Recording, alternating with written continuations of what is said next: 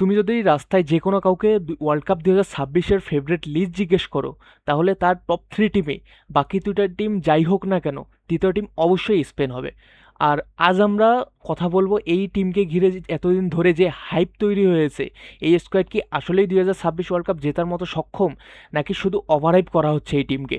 After a teenager boy winning euros and then playing back to back finals in nations league, এই টিমকে ঘিরে যে hype তৈরি হয়েছে, তারা ইউরো জিতেছে, নেশনস লিগ ফাইনাল হেরেছে, কিন্তু তারপরও এই দুই ফাইনালের থেকেই স্পেনকে এই ওয়ার্ল্ড কাপের ফেভারিট হিসেবে দেখা হচ্ছে। এই টিমের player profiling, goalkeeper, defender, midfielder, attacker সব জায়গায় এমন যে তারা যে পজিশন বেসড ফুটবল খেলে, তাতে মনে হয় তাদের সামনে যেই সমস্যাই আসুক তার সমাধান তাদের কাছে আছে।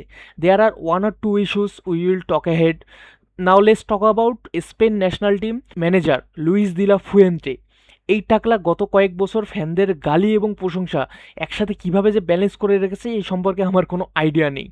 In last 4 matches, friendlies, world cup qualifier, সে সব সম্ভাব্য কম্বিনেশন ট্রাই করেছে এই সকল প্লেয়ারদের নিয়ে। Spain has got variety of players across the league and all of them got chances in friendlies. Despite all those chances, this has been the decided to be the final squad, and the biggest shock is for the first time in history, ইতিহাসের প্রথমবার Spain টিমে Real Madrid থেকে কোনো player নেই। This is bigger than you imagine, because now a entire fan base believe that this team is not for them. Some very big names which were expected to be in this list, কিছু নাম যাদের থাকা উচিত ছিল এবং তাদের কোয়ালিটির জন্য তাদের ইনক্লুড করা যেত, but at the end not having a single players from Real Madrid, I believe, is going to be the biggest shock here. Then if we start talking about the squad right from the goalkeeping position, এটা একমাত্র জায়গা যেখানে কোনো controversy নেই, কোনো surprise নেই, এবং এটা 100% প্রেডিক্টেবল ছিল। Unai Simon from athletic Bilbao, David Raya from Arsenal football club, and Joan Garcia from Football Club Barcelona. Everyone knew that these three goalkeepers were going to get call up. There is not even a debate about it. Spanish national টিমের কাছে যতগুলো goalkeeper আছে তাদের মধ্যে সেরা, এবং এদের মধ্যে দুইজন সম্ভাব্য বিশ্বের সেরা গোলকিপারদের মধ্যে, but it's the third one who is gonna start the most matches. We all know that David Raya had the best season of his career with Arsenal, premier league জিতেছে, চ্যাম্পিয়ন্স লিগ ফাইনাল খেলেছে।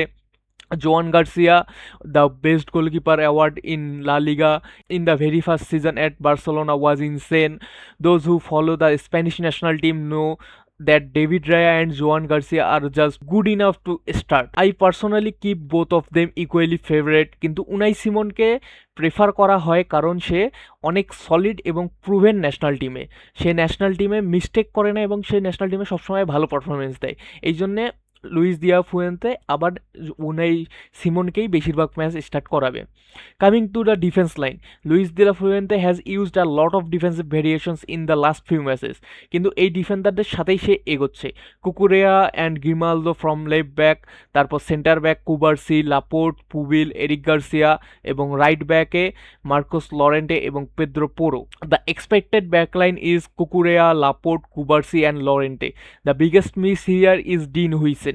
Experience versus young center back, he is the reason Laporte is included. And Eric Garcia is a versatile option who can play multiple roles. Cucurella for the national side is very aggressive, runs a lot defensively. Grimaldo is more of an attacking fullback. Marcos Llorente is uncontested as the right back.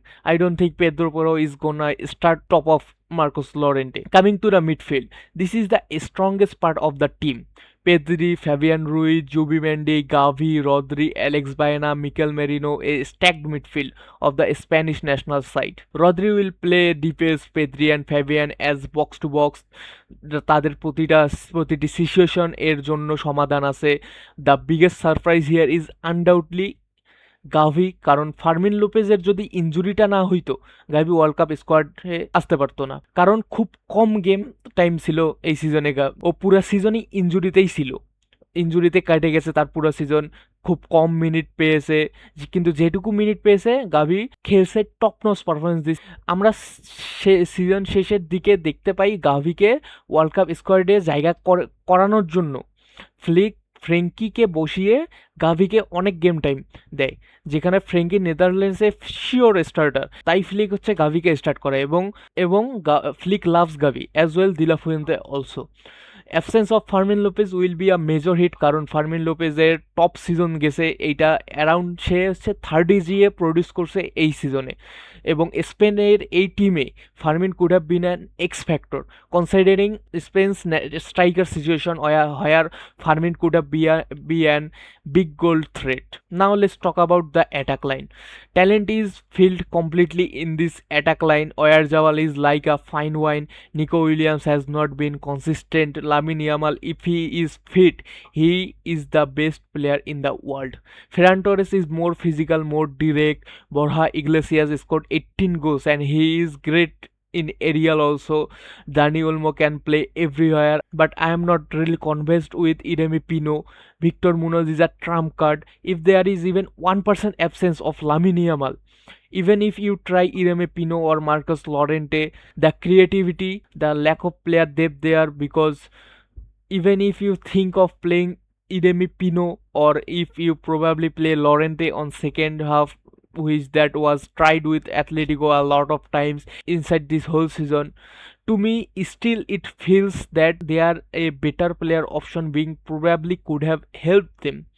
এই team সম্পর্কে যে জিনিসটা আমার ব্যক্তিগতভাবে সবচেয়ে ভালো লেগেছে তা হলো সব টিমে স্কোয়াডের তুলনায় যা আমরা এখন পর্যন্ত বিশ্বকাপের জন্য যেগুলো দেখেছি সেগুলোর মধ্যে এই টিমের ব্যালেন্স এবং দ্য ভ্যারাইটি অফ প্লেয়ার্স এটা অনেক বেশি। আমি মনে করি না যে বিশ্বকাপে অন্য কোনো স্কোয়াডে এই লেভেলের ভ্যারাইটি অফ প্রোফাইলস আছে, and I think that is the best part about this national team. এই কারণেই মানুষ তাদের ফেভারিট বলছে। But again I believe it is the dependencia, the Lamine Yamal dependencia, যা এই টিমকে এমন করে যে একটা ম্যাচে যদি আটকায় যায় then they will not be able to get out of that match. যদি আমরা বিশ্বকাপে স্পেনের গ্রুপের দিকে দেখি তাহলে তাদের আছে Cape Verde, they have got Saudi Arabia and Uruguay. So again Uruguay is going to be the big dog, the big team against whom they will have to compete. আমরা পরবর্তীতে অন্য সব টিমের স্কোয়াড নিয়েও কথা বলবো, but still I believe that Spain should very comfortably top their group. সম্ভবত সব ম্যাচই কমফোর্টেবল মার্জিনে জিতবে এবং আমি মনে করি না এটা কোনো debatable point. It is going to be the games against Portugal, the games against France, which according to me will give this team some trouble, because again their fullbacks wingers are much more involved in the game. এবং স্পেনের জন্য আমি বলছি না এটা তাদের দুর্বলতা, কিন্তু এটা হতে পারে যদি তাদের লামিন ইয়ামালকে কিছুটা কন্ট্রোলে রাখা যায়। But out and out on a squad wise, I would give this team a solid 9 out of 10. I think this is a beautiful squad with a lot of technical players, যথেষ্ট অভিজ্ঞতা রয়েছে, অনেক ধরনের profile আছে। I love the squad. 1-2 shortcomings I felt personally about which I talked about in this video. But then again, what are your thoughts এই টিমকে নিয়ে কমেন্টে জানাও। Next which team would you like to see, we will discuss like this about their whole squad, what players can be their strength, what possible their starting 11 can be. We will talk about that. If you like this video then like this video, and if you love this video then subscribe to my channel, because in your World Cup fun is going to come friends. সময় পেলে নিয়মিত upload করবো আমি video. Thank you so much for watching my video. See you guys next time. Till then, peace out, stay safe.